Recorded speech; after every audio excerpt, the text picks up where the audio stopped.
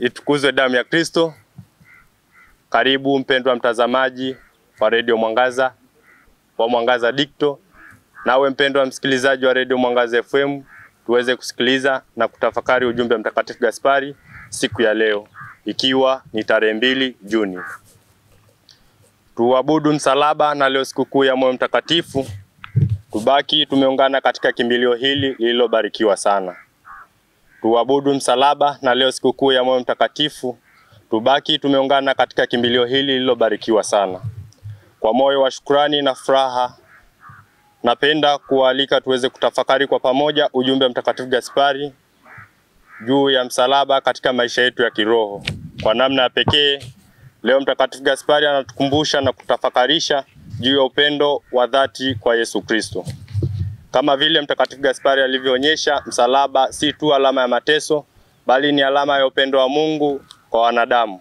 Katika maandiko matakatifu wa Efeso sura ya 2 aya 13 inasema, lakini sasa ninyi mko mbali na Kristo, mmekaribiwa kwa damu yake, mmefanywa watu wa neema.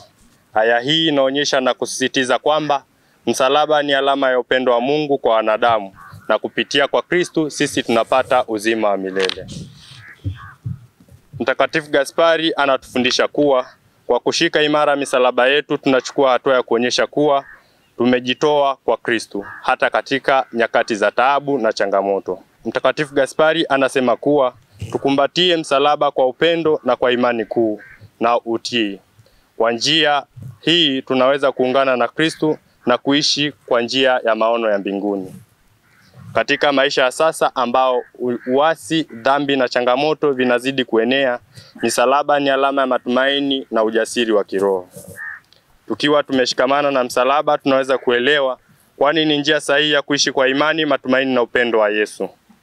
Katika Injili ya Mathayo sura ya 16 aya 24, Yesu anawaambia wanafunzi wake, yeyote anayetaka kunifuata ajikane mwenyewe, ajitwike msalaba wake na anifuate.